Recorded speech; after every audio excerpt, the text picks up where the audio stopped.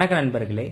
திருவிசநல்லூர், அதாவது கும்பகோணம் வட்டத்தில் இருக்கக்கூடிய திருவிசநல்லூர் சிவயோகநாதர் கோவிலில் தெற்கு பக்கத்தில் ஒரு மண்டபம் இருக்கு. அந்த மண்டபத்துடைய வடக்கு சுவரில் தான் இப்போ நம்ம பார்க்க போகிற அந்த கல்வெட்டு இருக்கு. மேலே குறிப்பீடு போட்டிருப்பேன் அந்த கல்வெட்டு. அந்த கல்வெட்டில் சொல்லப்படுற நபர் கீழே சிற்பமாக இருக்கார்.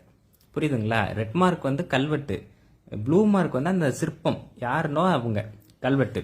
ஸ்வஸ்தி ஸ்ரீ படைக்கோள் குஞ்சிரக்காய் இம்மண்டகன் ஜெய்வித்த முளையூருடையான் பனைக்களி அடிகளாகிய அனந்த சிவன். இப்ப நம்ம சொல்ற இந்த மண்டபம் இருக்கு பாத்தீங்களா, அந்த மண்டபத்தை உருவாக்குனது இந்த சிற்பத்தில் உள்ளவர்.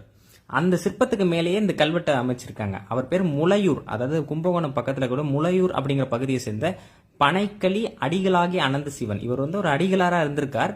ஆனால் அதற்கு முன்னாடி ஒருவேளை இவர் ராணுவத்தில் இருந்தவராகவும் இருந்திருப்பார். அதாவது படைக்கோன்னு சொல்லும் போதே படைப்பிரிவில் இருந்தவராகவும் இருந்திருப்பார். இது ஒரு முக்கியமான கல்வெட்டு தகவல். இந்த தகவலை எல்லாருக்கும் கொஞ்சம் பகிருங்க. நன்றி, வணக்கம்.